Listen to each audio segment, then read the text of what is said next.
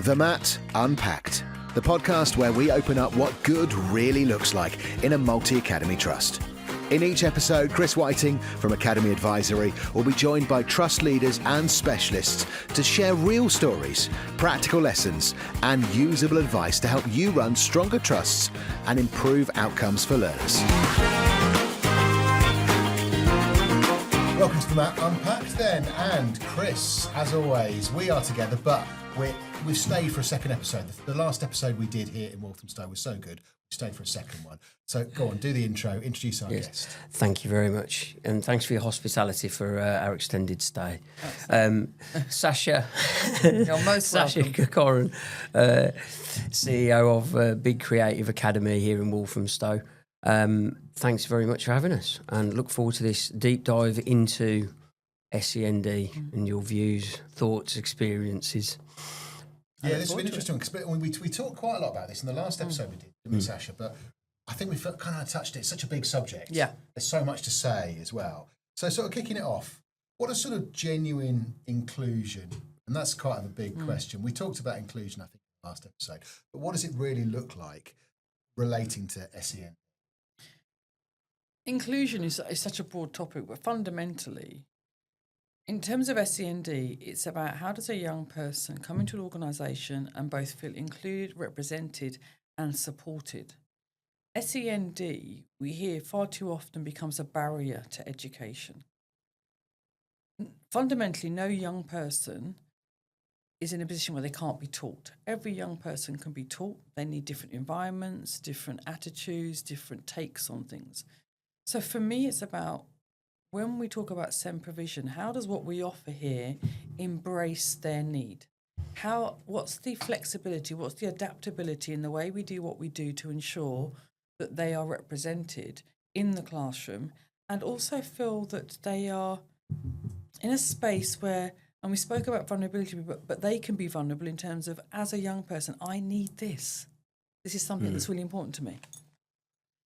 Sacha, you've given us a tour, and it's been an amazing tour, actually, just seeing the kind of just facilities you have, the equipment you have to help students achieve their creative dreams. But I think it's really interesting some of the spaces that you showed us as well about, just quiet spaces as well. Yeah. I mean, that seems like it's a really vital part of what you do here. Yeah, I think we have to talk about SEND. I think sometimes we can be very literal with SEND and, it's equipment, it's modifications. It's just, actually, sometimes SEND needs are simply that a young person needs a space where they can go and sit, where they can work through how they're feeling that day. They can pause. People without SEND needs require that. Actually, for some of our young people, it's just more heightened. So actually having a safe space, and we literally call it that, this space is safe, you are okay, provides an environment for a young person to just breathe. And sometimes that's all they're crying out for, is a space where somebody says, or a teacher that recognises you're having a difficult day, you're struggling with this, let's not keep you in this pressure cooker of a classroom, which doesn't work for you. Let's give you that time out to go and sit and breathe, and then we'll bring you back. And with that, we have a fantastic team of support workers, learning coaches we call them, because we have to think about what they're coaching our young people in order for them to learn. And we like you calling them learning coaches. And they are then on that journey with those young people to make sure that that safe space is used, those quiet spaces are used, and really be the eyes and ears for the young person to say, I recognise at the moment they're struggling. You also saw the breakout space that you've got for the well-being, which is sort of it's on the same theme, but of course, obviously, it's not you're there with everyone else to be able to discuss topics, discuss issues. I suppose almost like a therapy session as well at times, probably for the students you've got here. And you said that that's mandatory. Yeah, I mean, look, therapeutic practice, and I can touch on that a little bit later around sort of art therapy, but well-being, and it's a some could argue it's an overused word now. Everybody talks about well-being, but actually fundamentally what I want is young people to leave here happy, resilient, and feeling that they have a place in this world and that they are wanted, needed and loved. They're here to do a qualification, and that's a byproduct of education.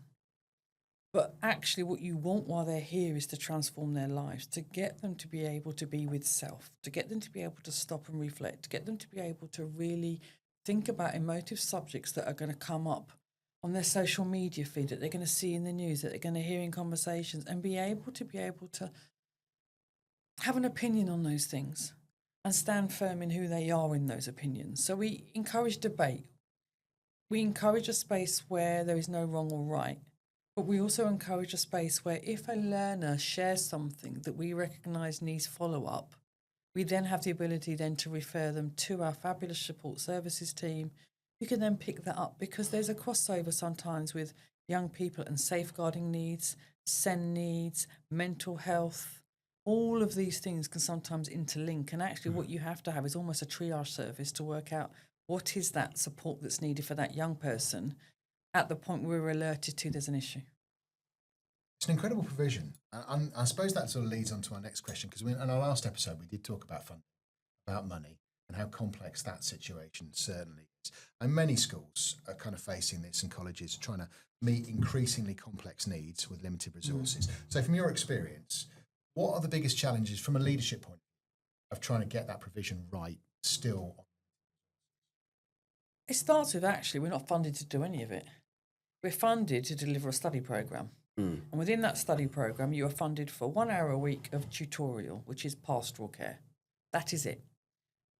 Everything we do in terms of the wellbeing, the art therapy, the space that we've allocated, the staffing of that space is all what I have chosen to do by allocating money from my budget. We don't have to do it, we're not. But actually, when I say we don't have to, actually I think we have to in terms of the needs of the young people, but it's not expected. So and it comes back to thinking of, as a leader, what do I consider to be important? The well-being of my young people. If they get a qualification, that's great. But if they get a qualification and leave here miserable and unhappy and don't know their place in the world, then actually I've still failed them. So actually how and where I allocate my resources is going back to that thing of, who are my audience? Who are my client group? What do they need? And actually, and it sets us apart from maybe spaces where actually it's all about league tables, it's all about qualification outcomes, it's all about, you know, how can we off-roll this young person because they're not going to achieve, and that's going to. I'm not interested in league tables. I'm interested in the measure of, are you happy? Are you feeling resilient? Are you going to be able to cope with everything that life's going to throw at you? Because life isn't easy and it's not meant to be easy. But have we given you a toolkit to cope with that? Have you got a clear line of sight as to where you're going next? And in particular, if you're a young person with SEN needs, you are going to need even more help navigating that, because they're going to have to work twice as hard to be seen and heard. And quite often with the education system as it is, you've got a child that has got, they're at disadvantage because they have SEND needs. They've probably been in an appropriate setting for maybe half of their entire time in education. And when they come to you, they're already disadvantaged by not only the issues that they have, but also the fact that they haven't properly been supported by the education system for a large chunk of their time in the system. I mean, I think my colleagues that are running schools are doing the best of what they've got, and I think nobody's deliberately not meeting the needs of these young people. It's a really difficult environment at the moment to make everything work. We do know, however, that some young people are sidelined. They're either, it's determined earlier on because of behaviour that they shouldn't be in that environment, they need to go into a pupil referral unit. I've had, and I distinctly remember one young person that came to me at 16, and they had been in a pupil referral unit for most of their secondary schooling. And somebody said to me, oh, you know what, they're not teachable. The behaviour's terrible.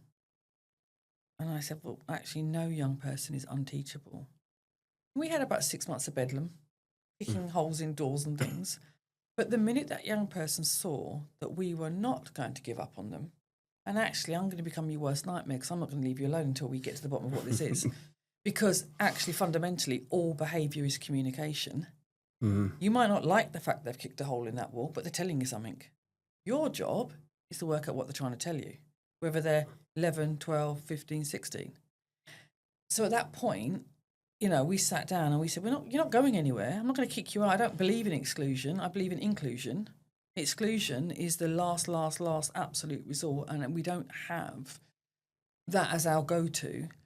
And that young person left us with the equivalent of 3 A-levels as they achieved a distinction on their BTEC, and they're now a successful music producer. Now, that was a person that had been kicked out of school because they weren't able to be taught. Rubbish. I'm not saying there aren't difficult young people out there. I'm not saying that schools are sometimes struggling because they don't have the resources to work with these young people. But what we can't keep doing is labelling a young person and saying, okay, your SEND needs or your behavioural needs or your safeguarding needs are such that we need to find another environment for you. Of course, you have to look at the safeguarding and the well-being of your wider student population. Absolutely. But let's not give up on them too soon. Let's work collectively, which is why for us, I want to look at how we can work with schools to provide some support and help for those young people that may have an afternoon out in our creative space, and it may help them, before we kick them out. That's so important.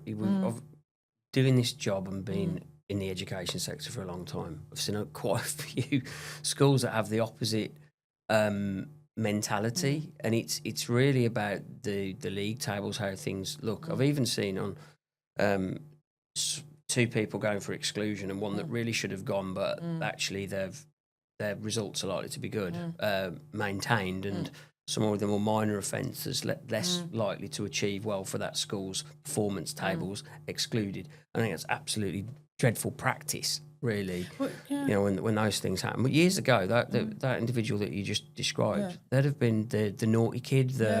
He's never going to make anything of himself, and just sort of pushed, sidelined.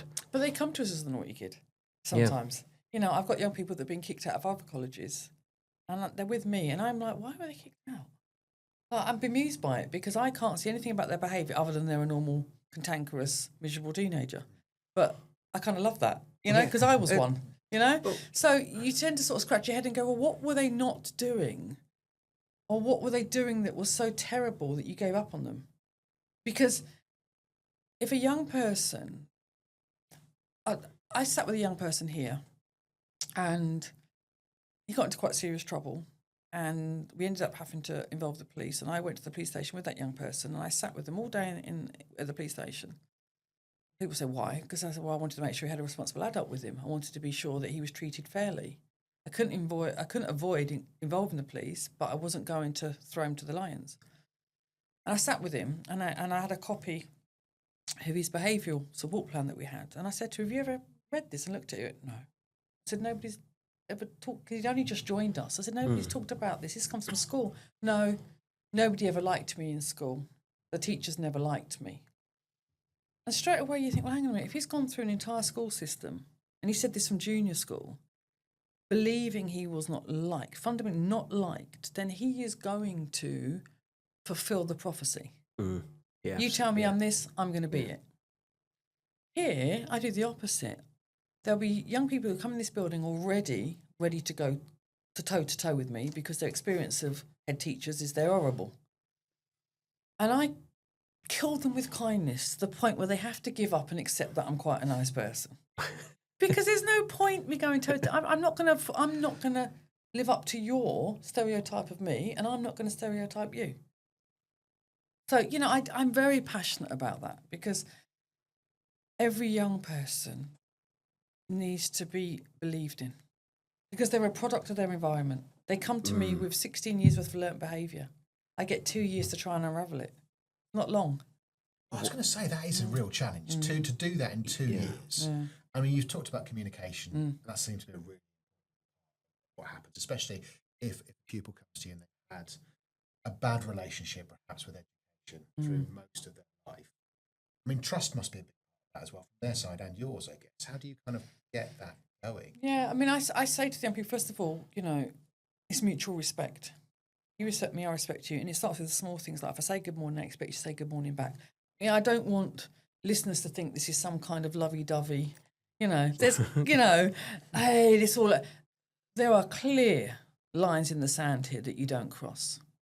If I say good morning, I'm expecting good morning back. Basic manners goes without saying here. There are expected standards of behaviour. no foul language. You know, I'm always coming out of my office saying, no F-bombs. Can we not have F-bombs before, particularly before midday, you know? No foul language. If they're making music, the lyrics have to be appropriate. Zero tolerance for bullying and discrimination. So once you lay that out and you do it, but you do it in a respectful way, and you are seen to challenge it, the kids start to think, okay, the authenticity thing again. She says what she does. She does what she says. Because if I stand in front of those young people and say, right, I'm going to treat you all fairly, all your needs are going to be met, and then suddenly there's a bullying case going on and I do nothing about it, then suddenly anything that they believed or trusted in what I said is gone.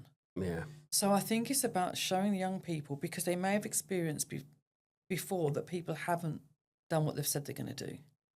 If I say to a young person here, I'm not giving up on you, I'm not giving up on you.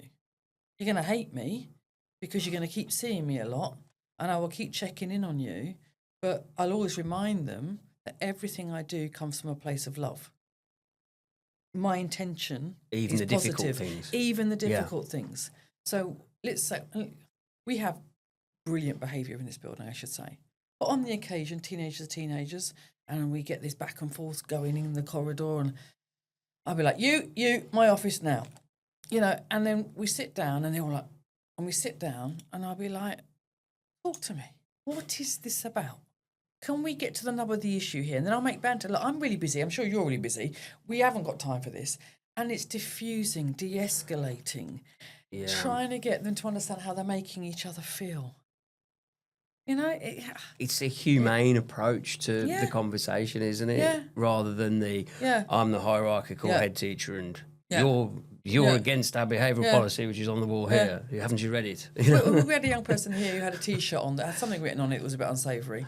And they'd been asked by another teacher, look, you need to either change into one of these T-shirts because it's not appropriate. And he was refusing. I got the T-shirt and I went out there and he saw me coming and you could see that, And I went out there and I said, right, no negotiation going on here. Wear this or you can go home. Tell me now what you want to do. I'm really busy. I've got things to do. And he's like, I'll put the T-shirt on. Because it was done with an element of humour, you know? We ain't got time for this. You're going to wear the T-shirt, you're going to go home. What do you want to do? Yeah. You let me know. It's That's your two straight options. to the chase. And it's that. There's two options. Let's sort it out now. And then suddenly defeat came over him. Oh, I'll put the T-shirt on. You know? Yeah. And then we both laughed and we got on with it. You know? No, I could have gone down that, how dare you defy a teacher? That teacher's told you to wear that T-shirt. That wouldn't have worked. It doesn't actually help anyway in any situation, does it really? It doesn't help. And the teacher's happy because I've got involved and everybody at the end of it can get on with the day job. You know? That kind of culture that you're talking about, I mean, you can't obviously do all of that yourself. No. So how do you kind of get that into the staff so that they can be consistent? Yes. I think you always need a formidable behaviour lead. And I have that in a member of staff here, Lee. He comes from the place of tough love. But he has the most amazing ability to take those difficult young people and not give up on them, to turn them around, to hold them to account on everything and anything, but equally mentor, coach them. There's an element of coaching that goes on. Outside of Lee, there's a fantastic support team. We have a significant support team, art therapists, 3 safeguarding leads, mental health workers, a team of people who fundamentally believe that a young person's needs must be met. We have to meet them. We have to do everything we can. We've got a fantastic head of SEND who is an advocate for those kids, who will, when I'm having to do, let's say, a disciplinary hearing where the young person's behaviour is not great, they're sitting beside the kid to make sure that kid feels heard, make sure that kid understands what I'm saying, advise the kid.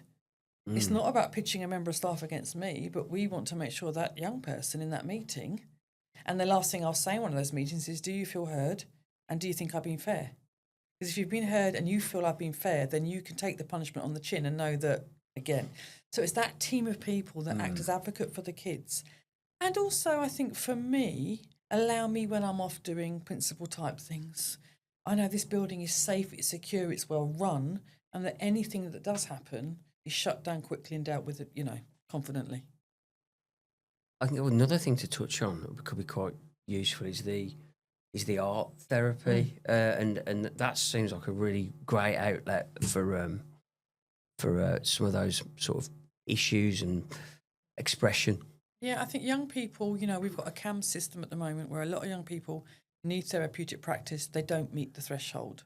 Because the threshold now is so high because of the lack of resource that most of our young people, between 16 and 19 in particular, aren't seen to be a priority because, they're nearly an adult, so we can take them off the list.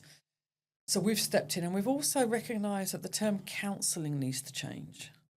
Young people hear that and sort of like want to run a mile. Yeah, I've got a problem. Yeah, but also I've got to sit and talk for an hour. Our young people need to be able to express how they're feeling in different mediums. So we have an art therapist now who works to allow those young people to find, it might be through painting, it might be through music, it might be through spoken word, it might be through talking. But when we recognise that a young person, and we do that because we've got staff trained up in trauma-informed practice. We put that at the heart of what we do here. Trauma-informed practice is about recognising, and they call them ACEs. A young person will have ACEs based on their life to the point of coming to us. Single-parent household, 1 ACE. Grew up in poverty, 2 ACEs. A parent that might have had a drug abuse system, 3 ACEs, and so forth. The most you can get is 10. I think I hover around 8 ACEs if you looked at my childhood. Had that been available back in the day, I would have been recognised as somebody extremely vulnerable that needed support and maybe wouldn't have got pregnant at 16. Yeah. So the trauma-informed practice that we do here is about recognising the ACEs. How many ACEs are the tipping point for that young person needing an intervention? And then we do it through what do you enjoy doing? How can we, through conversation and painting or poetry, whatever it may be? And that's something now that we want to extend and employ another art therapist. And we're going to be building a wellbeing centre. So not just a wellbeing classroom, but a whole centre now, which is going to develop that model further. The ACEs that you talked about there, I think that's really interesting because it brings in the sort of parent side as well. Because not only is it the pupils who come to you and may have had a relationship with education, but quite often the parents probably feel like they may have been fighting the system a lot as well. And sometimes their parents, it's only got generational things sometimes. Yeah. They've not been in work. How do you kind of engage them? And we've talked a lot about trust and communication with the pupils. Yeah. Is that something you try and then foster with the parents as well? I mean, in the first instance, I have a parent governor who's one of our SEND parents because I want that voice on my board because they're an important group of students and I want to hear how it is on the shop floor. I have seen parents at their wit's end. My team have who have battled to even get thus far. They're battling with the whole EHCP system, battling to get the funding because without the funding we can't provide the support, and they're caught up in this debacle of bartering with boroughs to say, well, my kid needs this. Well, I don't think he does need that. Well, it's going to cost us this. Well, we won't pay you that, And we have to front load that support because sometimes it can take us until May, June to get the money for that young person. But that young person needs to start in September.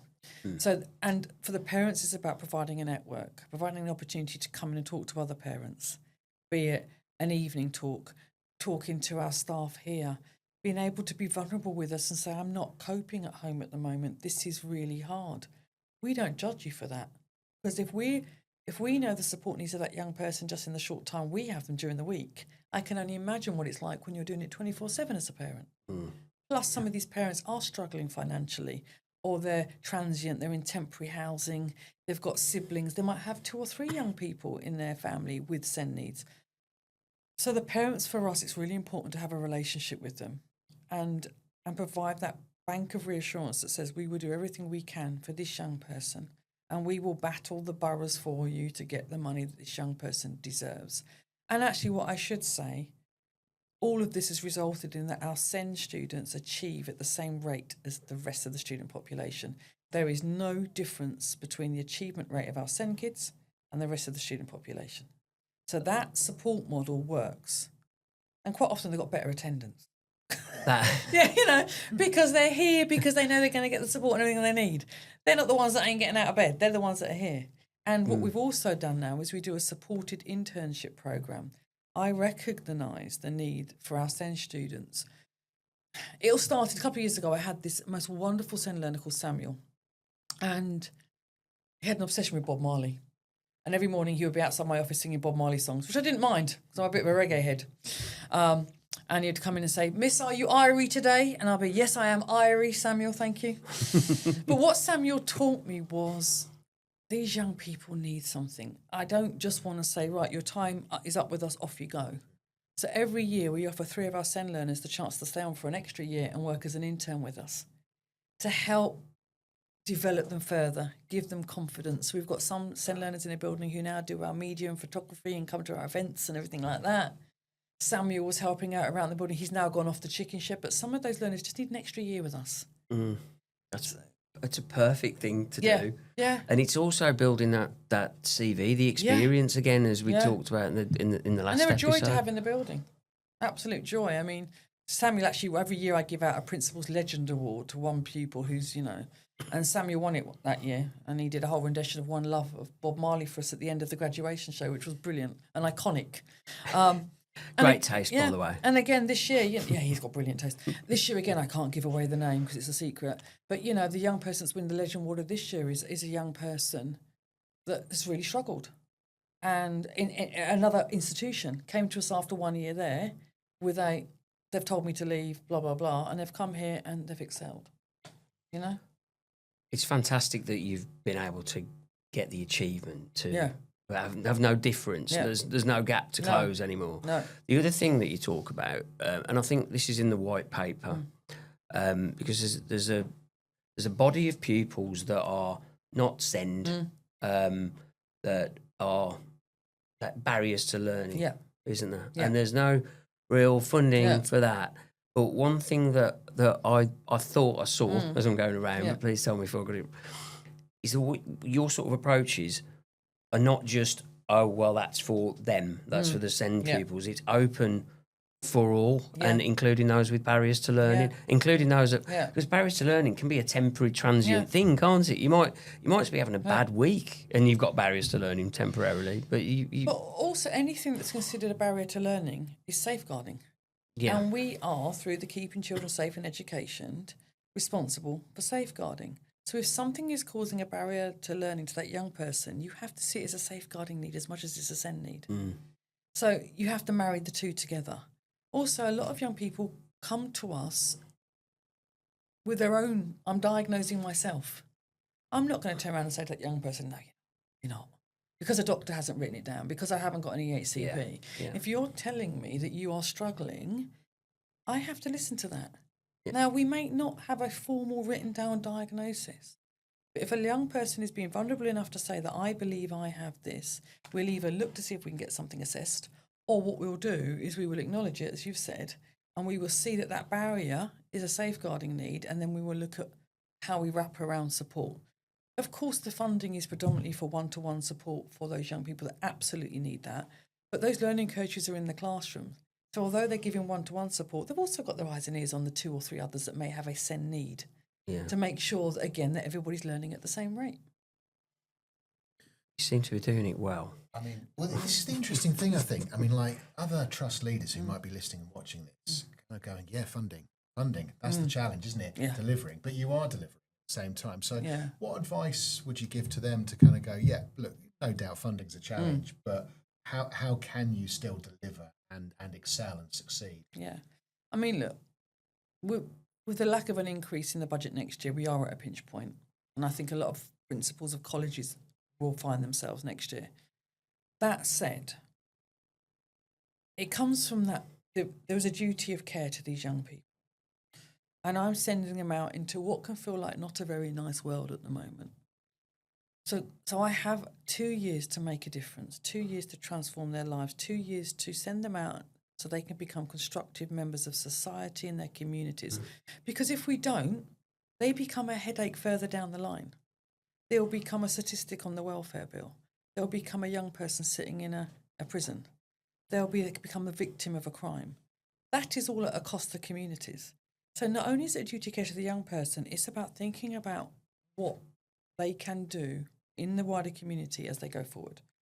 So when I look at my funding and I say, right, no more than 75% on staffing, I then look at models of, right, okay, how can I buy in services so it doesn't become a PAYE? I've got no on costs, but I can buy in therapeutic practice.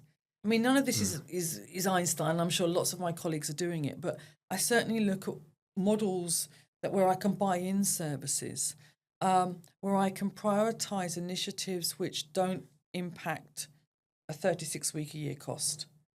Yeah, We'll it can be targeted. It can be targeted support that we pay for at that point, because also we need to respond to the student cohort. It may be that actually employing somebody full-time doesn't work because next year we might not have that need.